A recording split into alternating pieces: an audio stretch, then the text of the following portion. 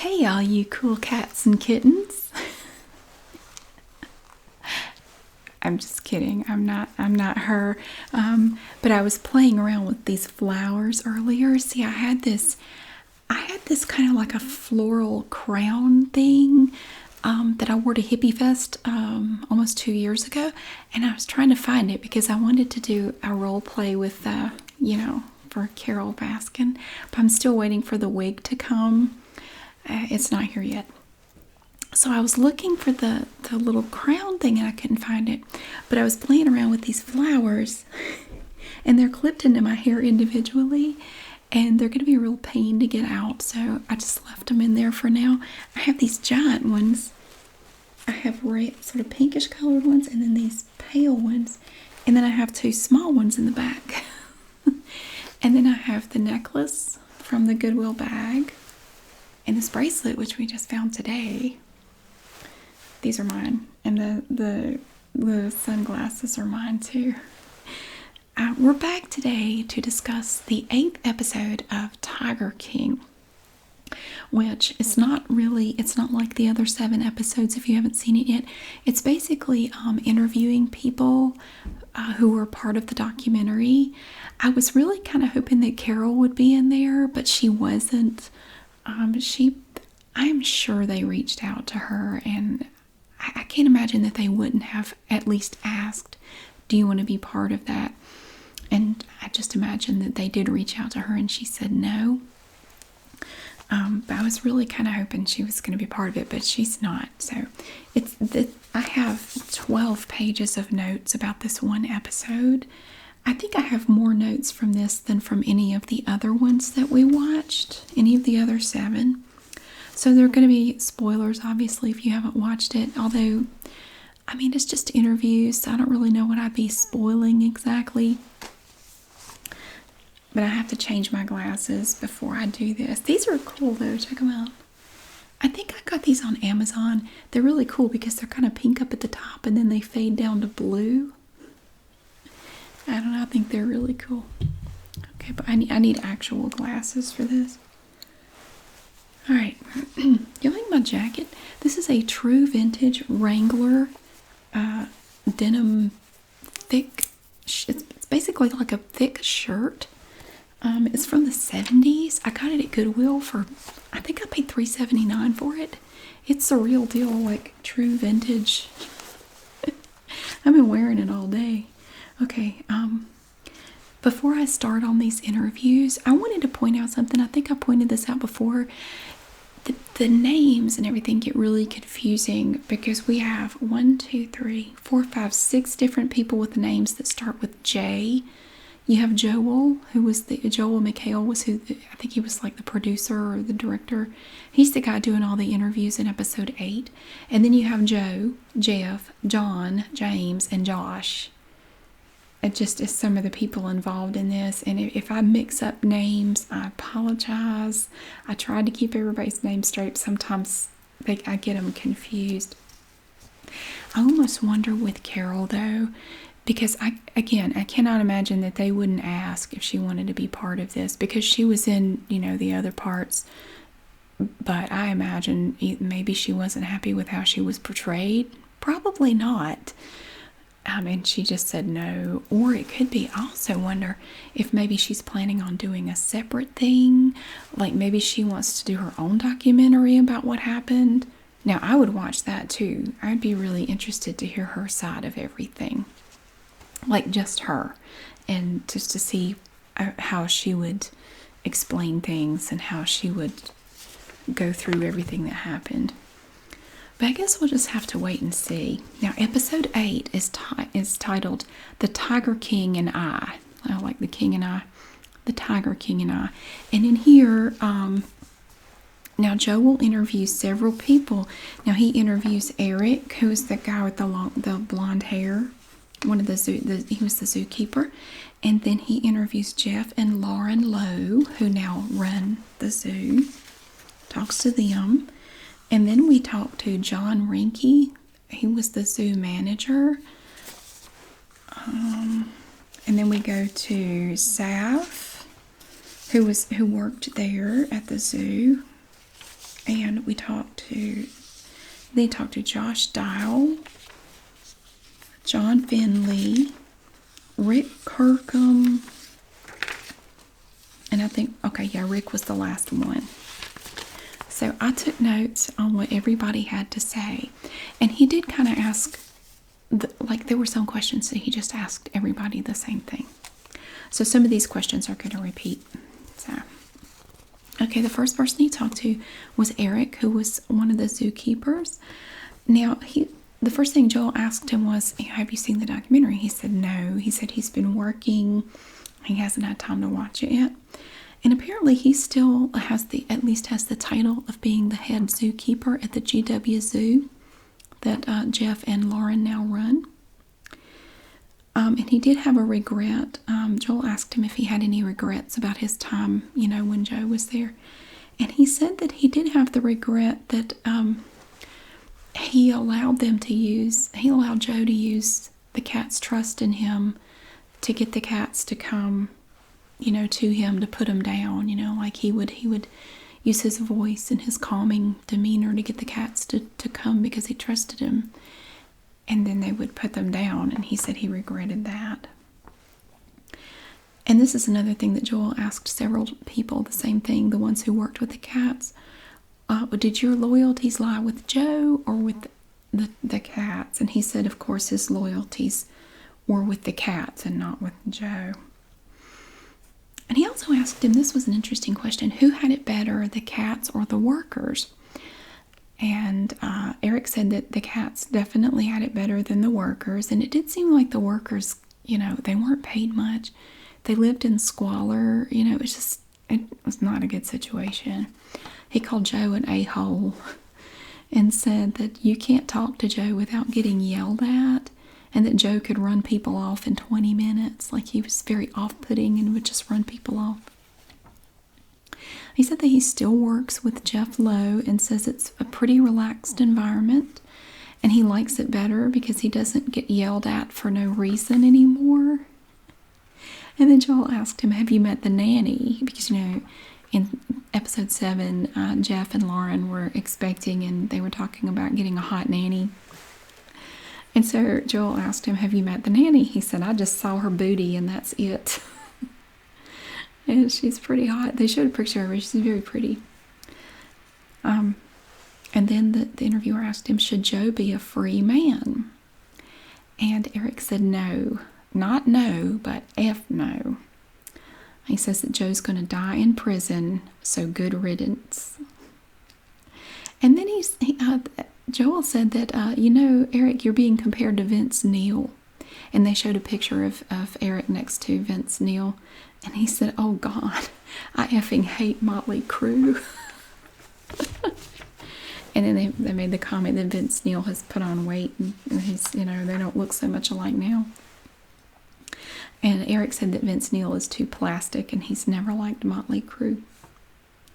And then Joel asked him, is there anything you want to tell people? Is there anything that you want to get off your chest that you would want people to know?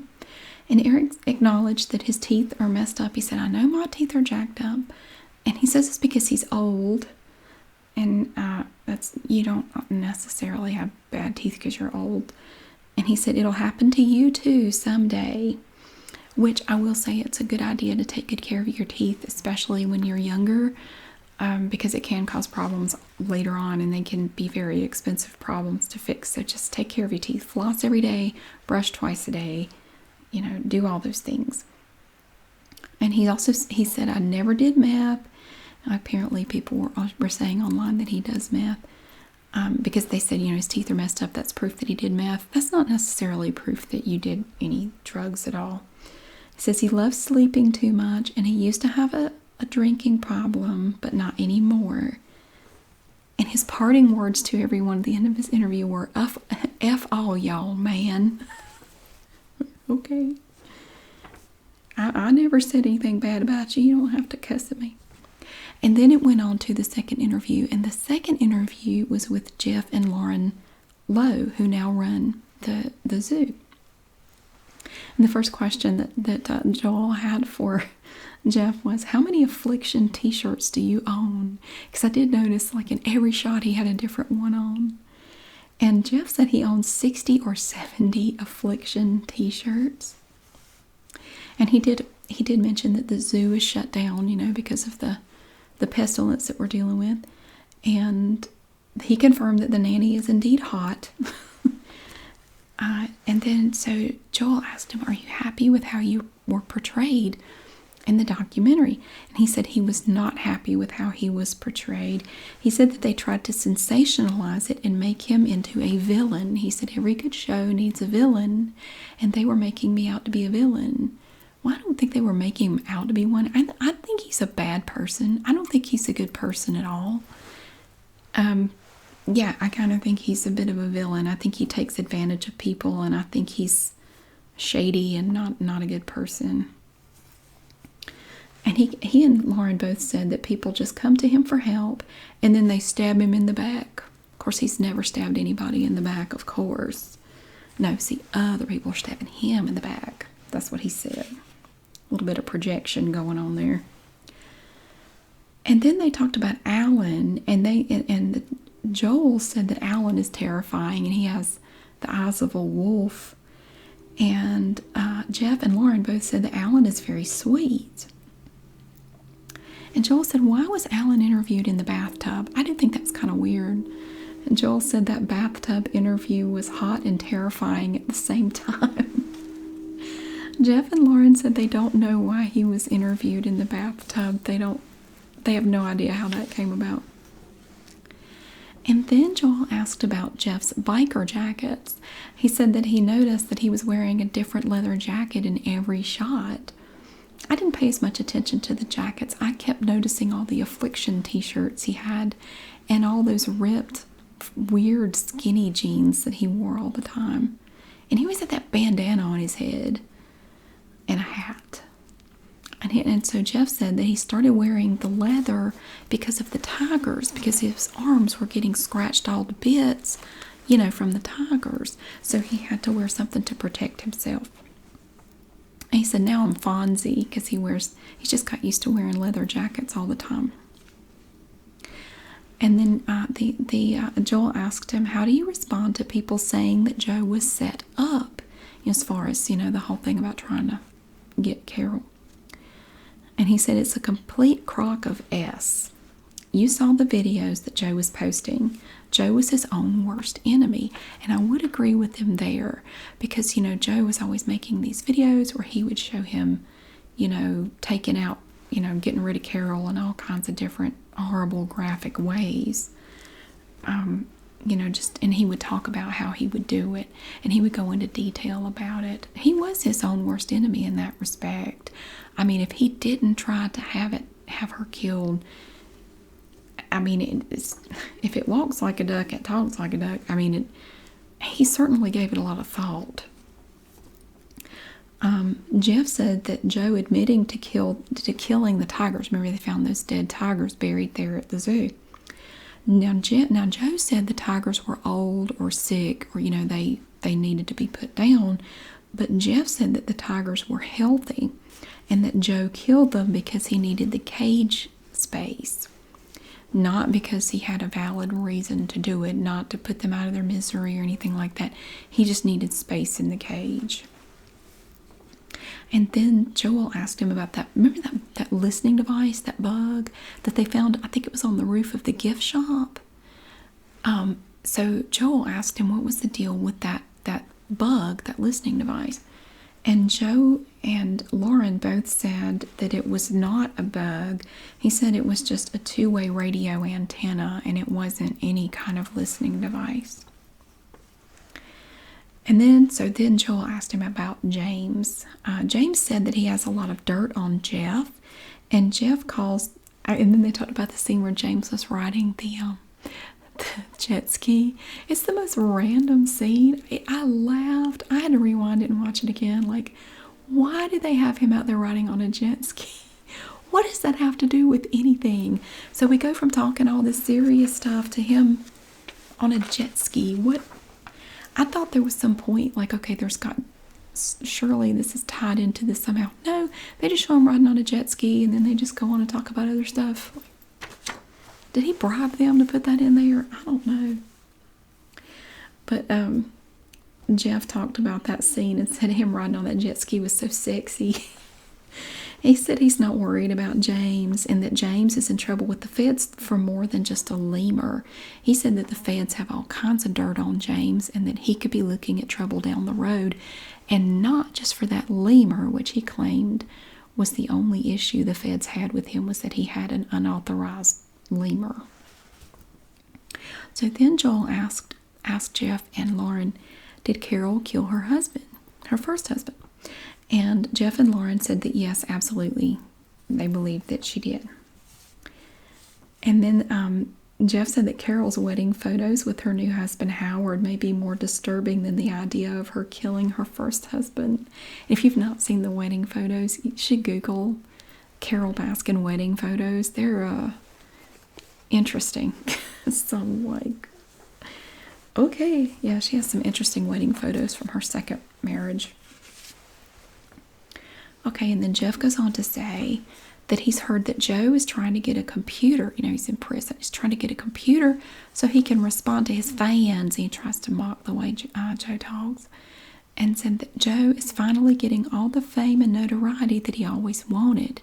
And it's so ironic that now that he's reached a point in his life where he has all the fame and recognition that he wanted, that he's stuck in a cage and he can't enjoy it. Kind of like all the animals at his zoo. And Jeff also, of course, has to brag. He always has to find some way to boast about himself. He said the USDA, PETA, and Carol Baskin all tried to take Joe down, but they, meaning Jeff and Lauren, were the ones who finally did it. Whatever. And then they go on to John Rinke, who was the zoo manager. And John and Saf were really the only two people in the whole documentary that I liked at all. I mean, like, everybody else in this documentary is just awful in their own unique way. I just think they're so unlikable. But John, Rinke, and Saf I really liked. I think they're good people. So then Joel asked John, how does it feel to be a star? You know, you're on the most popular documentary of all time. I don't know if that's true. I know it's #1 on Netflix right now. He said, you're on the world's most popular documentary. How does that feel? How does it feel to be a star? And John said, I'm not a star. You're a star, not me. So then Joel asked him, were you more committed to Joe or to the animals? Just like he asked Eric. And John said, I was more committed to the animals, of course. He said when before he had his legs amputated, before that, when his legs started to get really bad and then he had to have them amputated, the animals were what kept him motivated to push on and go through the physical therapy and get back out there. He said he looked forward to getting back and taking care of the animals, and that's what kept him going. And he said he likes the animals better because animals don't give you any crap. I agree. Yeah, I like that about animals. They don't give you crap. And then Joel asked him, did Joe realize how important you were to the zoo? I don't think Joe realized how important anybody was to that zoo. That's just my opinion. I don't think Joe really appreciated all the work that everybody there did. I think he just thought it got done by magic or something. Like, I think he underestimated and undervalued all of the people working there. But so Joel asked John, did he realize how important you were? And John said he didn't think so. And he said that Joe told him that he wouldn't know how to run the zoo, and that Joe tried to keep everybody smaller than him, like he had to be at the top, and he wanted everybody to be kind of beneath him. I could see that. And he said, John said that Joe was always belittling somebody and would show off in front of the cameras, and that he would just fire people, just to try to show off in front of the cameras, which I think came up during the documentary, that he was trying to be a big shot. And then he said he threatened to beat Joe with one of his artificial legs before, and said that they got into plenty of verbal skirmishes. They had plenty of arguments. And John also said that toward the end, Joe was blowing everything up. He said that Joe blew up his golf cart and his cabin. He blew out the windshield in his golf cart and blew a hole in his cabin, and he was becoming very destructive. John also said that Jeff took over the zoo. After Jeff took over the zoo, he got along with Jeff okay initially in the beginning, but then Jeff started to think that John was talking to Joe in prison. He said he quit the same day Joe quit because Jeff and Dylan got into a fist fight in the parking lot, and the fight went on for about 15 minutes. I've never heard of a fist fight going on that long. I mean, that sounds like a lot of bluffing to me. And then John decided to leave the same day.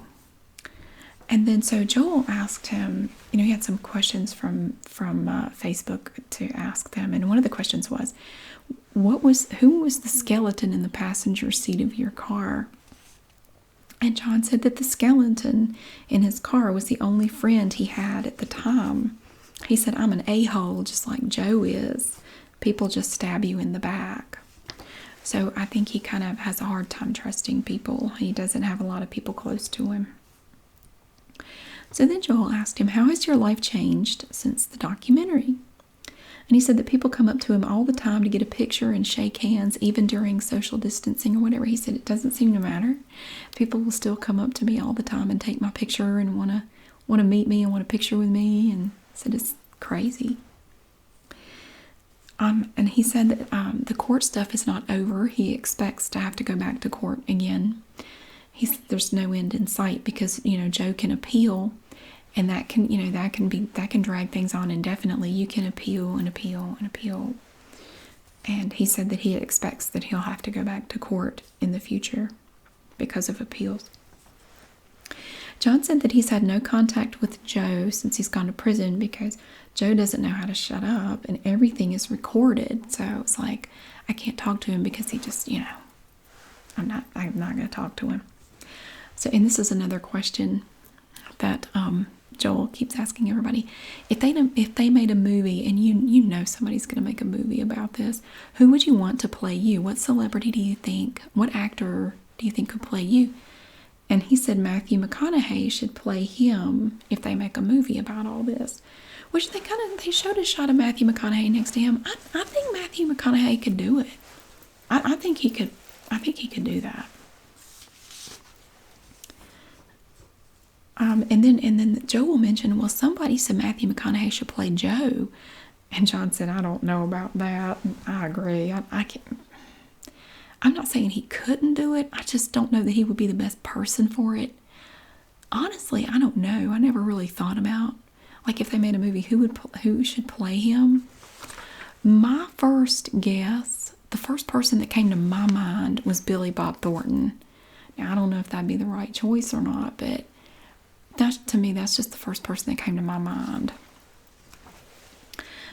Okay, John said that his divorce is pending because, the courts are kind of in limbo right now because of the plague. But he does have a new girlfriend, so he's just waiting to get back in for the court stuff to get caught up so he can get his divorce. He doesn't consider himself a celebrity, and he said, I'm just a guy on a documentary.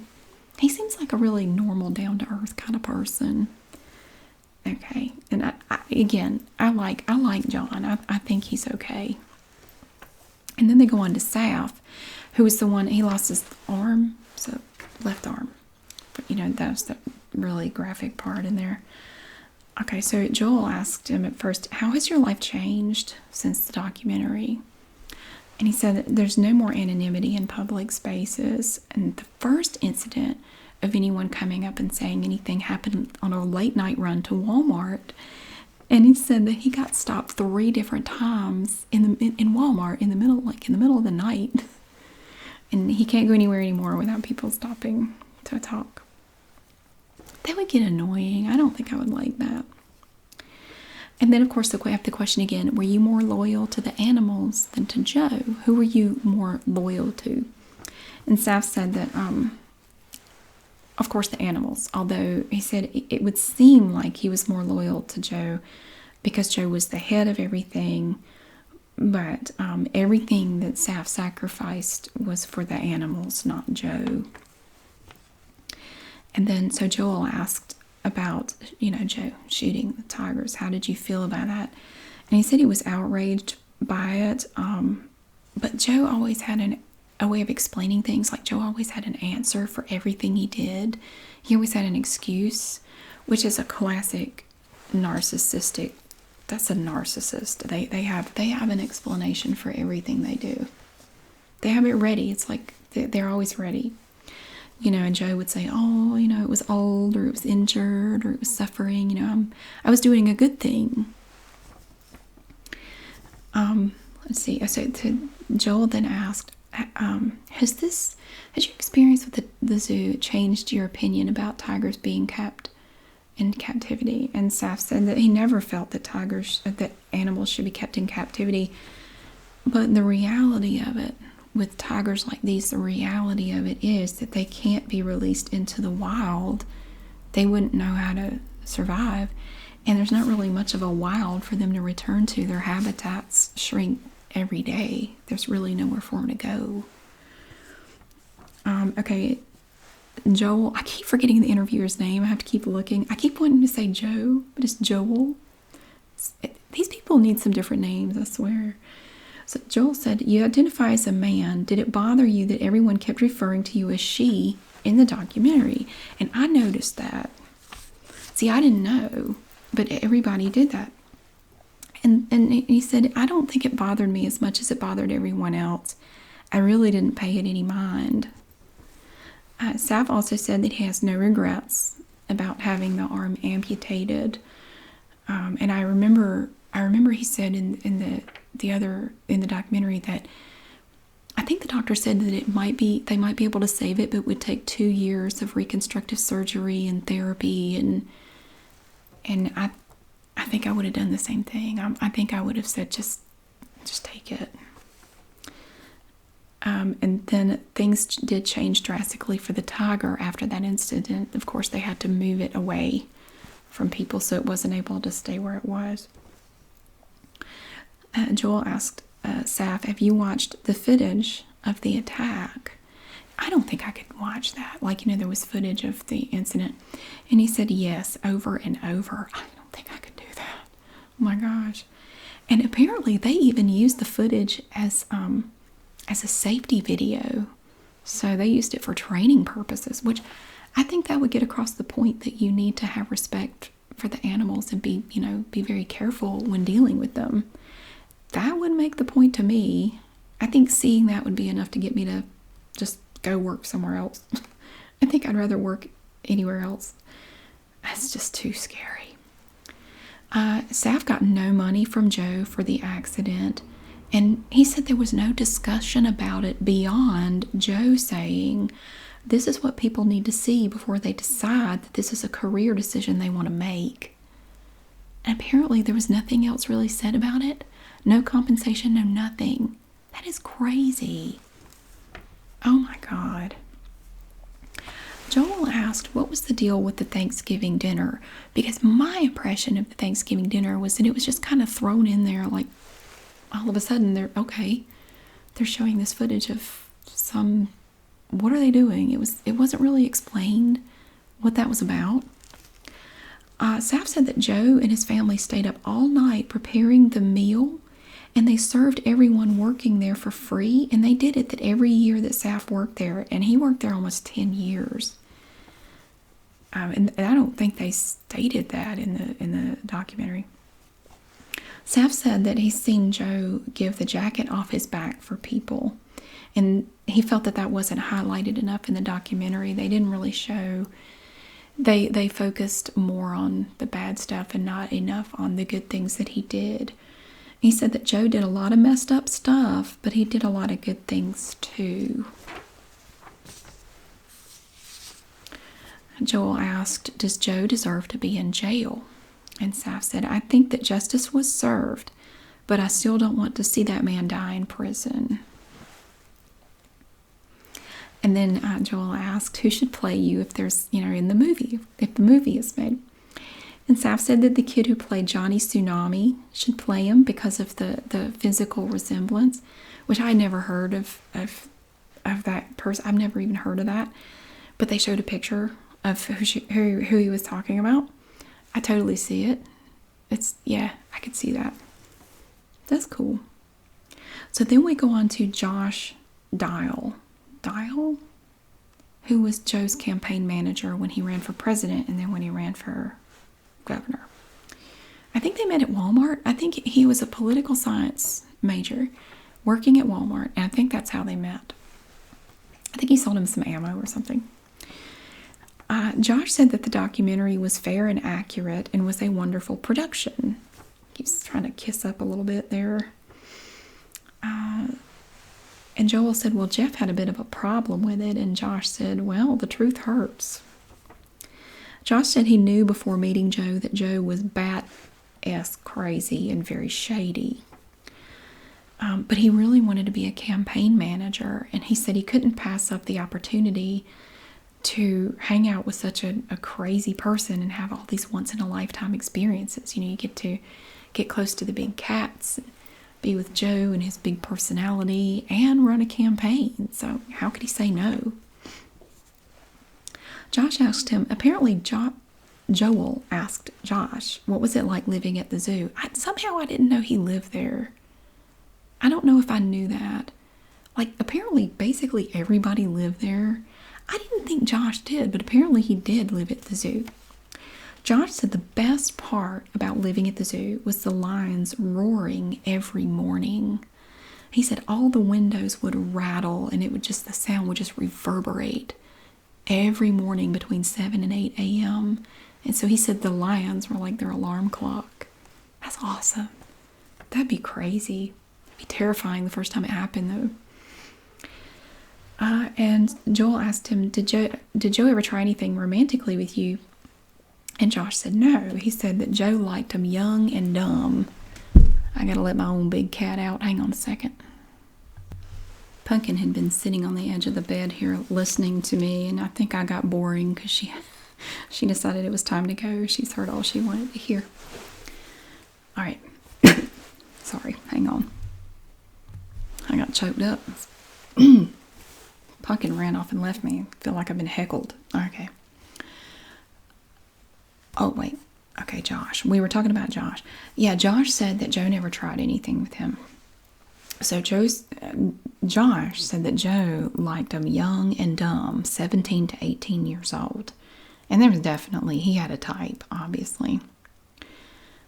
I don't know how to say they were dumb. I think I would say they were ignorant, because they were young and they don't know any better. But he said that he liked him young and dumb. That's what Josh said.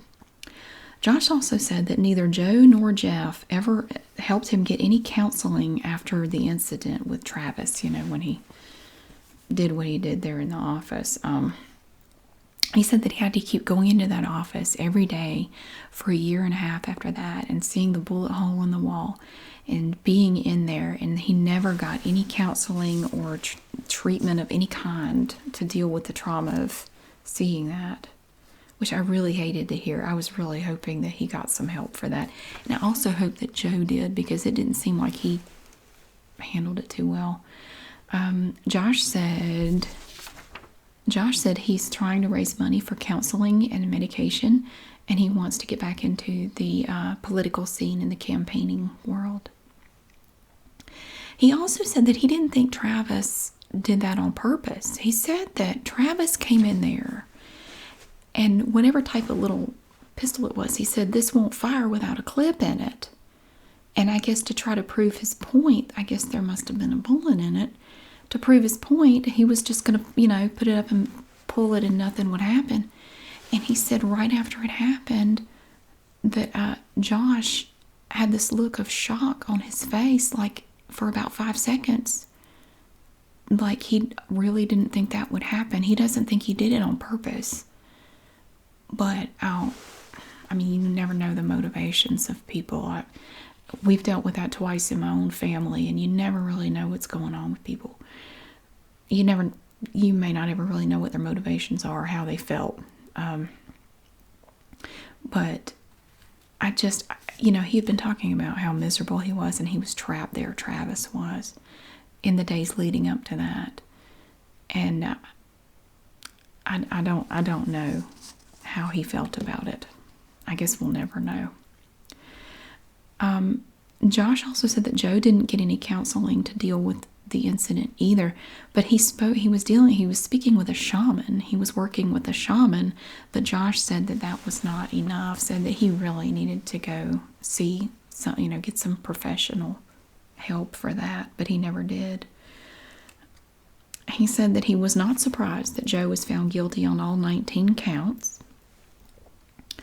And Joel asked him, is Carol's setup better than what is going on up here? And Josh said, Josh said, no, it's all the same. They're all the same. All they care about is money. And then Joel asked him, do you have anything that you want to say? Anything you want to clear up that people have been saying about you online? And he said that he doesn't do meth or any other drugs. Apparently, people say that everybody on here did meth. I don't know. He said that Joe realizes how famous he is in prison. He knows. And he's communicating with some of his old fans and having them set up Facebook pages. So he's trying to get as close to his fandom as he can in prison. I mean, he can't watch the documentary. He can't go online and read about himself or bask in the glory. I mean, can you imagine if he weren't in prison right now? Oh, he'd be everywhere. He'd be all over the place, just soaking it up. Oh, my goodness. So then we go from Josh to John Finley. The first two things you notice about John, his teeth are all there and fixed. I think they're like dentures or something, because he mentioned not wearing them all the time, or they're veneers or something. And he's wearing a shirt. He's wearing a shirt, and he's got new teeth. And he looks happy. That's one thing I noticed. He looked happy. He looks much better. He looks healthier. He said that a lot of people were hooking up at the zoo, and a lot of relationships started there and ended there because of just the environment. And he did confirm that it wasn't Joe singing, because I think he dedicated a song to John. He said, no, that wasn't Joe singing. Yeah, we know. He said he watched the documentary the night it came out. He and his fiancée stayed up for 7 hours and binge watched the entire thing in one night, so they would know what to expect. You know, they would see what the rest of the world was seeing, and they would know what was said about them and what might be coming their way from people. So they watched the whole thing in one night. I don't think I could have done that. He said he was not happy that he was portrayed as a drugged out hillbilly. And he said that he had been clean for 4 or 5 years at that point. It was kind of confusing though, because he said he had been clean for 4 or 5 years. I guess when the documentary was being filmed, I might have misunderstood him. But then he then said he quit all drugs when his daughter was born. And she was born after the filming and everything was over, I believe. And she is now 4 years old, almost 5. So maybe, okay, now he said he quit all drugs. Maybe he was still doing some stuff then. But he said he was clean and had been clean for 4 to 5 years. But again, I may have misunderstood that point. I'm not really worried about it. But he's drug-free now. He doesn't do anything. He said when his daughter was born, he decided it was time to just quit all that, which is good. And then Joel asked him, why were you shirtless in the documentary? Why didn't you have a shirt on? And I wonder that too. Like, he's like Randy from Trailer Park Boys. Like, why don't you ever have a shirt on? And he said he was shirtless in the documentary because he wanted to show off his tattoos. And he said his tattoo artist has gotten a lot of flack from people because they said that he didn't do a good job. I said, right when he said that, I said, but he didn't finish it. He wasn't finished. You know, he covered up, I think he had a tattoo for Joe, and he was having it covered up with something else. And you can tell, I mean, in whatever episode, I guess it was the last one, you could tell that he was just working on it, doing part of it. You know, a lot of tattoos, you don't do it all at once. You have to do it in stages. Well, you could tell he wasn't finished. So I don't know why people were saying his tattoo artist was no good. Like, you can't really tell from that little bit of footage what it's going to look like when it's done. So I really hate that his tattoo artist, got grief for that. That's not fair. But Joe said, John, what is his name? Lord. John said that the tattoo is now all covered up and finished. I was kind of hoping he'd show it. I wanted to see how it turned out, but he said, I'm not going to show it to you now. I think he said it's still healing, so it's not going to look, completely done yet. But he said, in the future, we'll reveal it in a future date. So that was the end of John's interview. And then we go over to Rick Kirkham, who was the producer of Joe Exotic TV. He has now moved to Norway. Apparently, he said he wanted to get as far away from Oklahoma as possible. And he met a girl from Norway and fell in love with her and said it was a good excuse. Like, I'll just move to Norway. I'll get away and we'll get married and go live there. And apparently Tiger King is big in Norway as well. And he's recognized everywhere he goes there. How crazy would that be? Like, you can't escape it, man. But he said that he had this newspaper, and it was like, 2 whole pages, and there he is, and they're talking about Tiger King. And he said people come up to him all the time everywhere he goes. So yeah, he said everywhere people know him.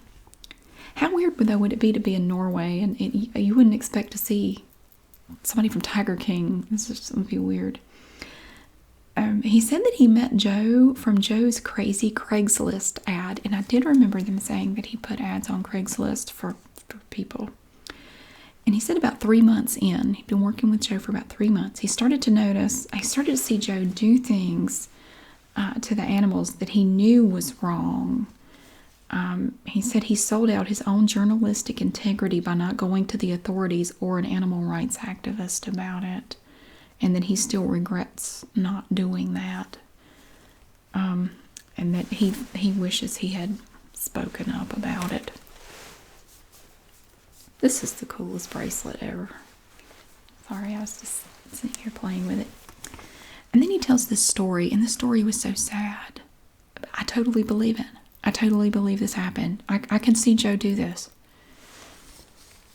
All right, so he said this old lady brought in an old horse in a trailer to the zoo. And she was very upset, and she wanted Joe to take care of the horse. She couldn't take care of it anymore. And Joe called Rick over and said, "Hey, come over here. Get this on film. You gotta film this. Come on, get this." And he had Rick film him hugging her and saying, "Oh, don't worry. We have plenty of room. Your horse can live out its remaining days in comfort and happiness. And of course we'll take care of your horse. Don't even worry about it. Just leave the trailer here. We'll bring it back to you tomorrow. You don't even have to worry about the trailer. We'll bring it back to you tomorrow." And then, of course, the lady leaves. And then as soon as she left, he pulled out a gun and shot it right there in the trailer. And then Joe said, I don't take care of anybody's animals. Now they're tiger meat." And Joe had the horse cut up and fed to the tigers. And Rick said that Joe was unbelievably cruel. That's awful. Rick said he saw Joe shoot 2 tigers. One because he shot one of the tigers because he was mad at it because the tiger nearly bit him one day. And he said the guy was a cruel man. Rick believes that Joe was probably upset because people like Rick, like him, people like him are getting so much attention and they can do interviews and they can make appearances or whatever if they want to. And Joe can't. He's stuck in prison. He can't enjoy all that wonderful attention, which is a wonderful supply if you're a narcissist. One thing that didn't come out in the documentary, and this is something Rick mentioned, one thing that wasn't mentioned in the documentary was that Joe was terrified of big cats. He's scared to death of them. He said in the shots where Joe is in the pen with the 2 tigers, the white one is blind. There's a white tiger. That tiger is blind. And then the other tiger that was in there with him was on tranquilizers. So it wouldn't do anything, or if it did, it would slow it down. Rick did say that Joe asked him to kill Carol one time, like a joke, but later on it started to get more serious. He said after the studio burned down, Joe went downhill fast after that. Rick said that he regrets ever meeting Joe. He said he went into it because he saw the potential for a great show about big animals in this Crazy Zookeeper. But he was sucked into the surreal world of Joe Exotic like everybody else was. He said he still has nightmares about the experience. He said since the documentary has come out, they've gotten worse, and he has nightmares every night. He said, I had one last night. It's like I can't forget that place. I think Rick needs some therapy too. He didn't say anything about it. I don't know if he's talked to anyone or not. I really think it could help him. Rick said one good thing to come out of all this is that people are now saying free the animals. You know, and that's one thing I try to do with a bad situation. I try to look for something good that came out of it. Like, did I learn anything? Or is there something good that you can look at from this? Is there something good you can take away from it? And I do think that's one good thing that came out of it, is that I think it did raise awareness of wild animals being kept in captivity like that. And it's not right.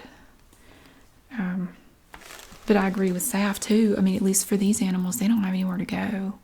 They can never be released into the wild. They're going to have to be kept on a preserve or somewhere their whole lives. They wouldn't be able to survive in the wild. They don't know how. And they've been raised on expired bologna from Walmart. That still depresses me. Oh, when they showed the truck with all the meat, like the leftover, and that's what they were feeding those animals. Oh, God, it's so sad. So then Joel asked Rick who should play you if they did a movie. And Rick said that the same guy I picked for Joe, Billy Bob Thornton. And I had been sitting here the entire time trying to figure out who Rick reminded me of. And he does. The way he talks kind of reminds me of Billy Bob Thornton. But the funny thing is, Rick, the first time I ever saw him in the documentary, I'm not going to say names, but there is somebody from my past that I used to know who is almost a dead ringer for Rick. And it was bizarre when I first saw the documentary, because for just a second I heard his voice. I think I was writing and he started talking. It sounds just like this person I used to know too. It was freaky, and he kind of favors him too. It was weird. It was so weird. If I had to pick anybody to play him in a movie, now this person is not an actor, but if you wanted somebody that looks and sounds just like that guy, there's somebody from my past that I don't have any dealings with anymore, but he looks just like that guy. It's crazy. You ever have that happen? You run across somebody and they're just like a dead ringer for somebody else, and it's weird. Yeah. Every time I heard him talk or saw him on screen, it was a little unnerving. It was unsettling how much he reminds me of this other person. So that was the last interview. Rick was the last one from episode 8, The Tiger King and I, by Joel McHale. And I did enjoy it. It was nice to hear their perspectives. I really wish Carol had done it. I really wish she had. My guess is she wasn't. I would like to know how she felt about the documentary. My guess is she's probably not very happy about it. I think it's gotten her a lot of negative attention, and I don't think she likes it. That's probably why she didn't participate in this episode. But anyway, I enjoyed watching it. But again, it's not like the other episodes. It's just interviews. But it's still interesting to see the people and find out what they've been doing and how the documentary has affected their lives. So I just wanted to share all my notes with y'all, and my flowers that are clamped into my hair with marijuana clips. I'll have to see if I can get them out without pulling my hair out. And my nail, I meant to mention this. It may look a little different. You see, it's not sparkly, it's just gold. Okay, this is the nail that I hurt washing my truck over a week ago. And I mended it with some Gorilla Glue and a napkin, a little piece of napkin. Well, when I finished the jewelry video that I did this afternoon, I went to grab a necklace and it snagged on something and it pulled, and it happened to get right up under where my nail was split, and it ripped my nail. It pulled it back open, so it messed up my repair.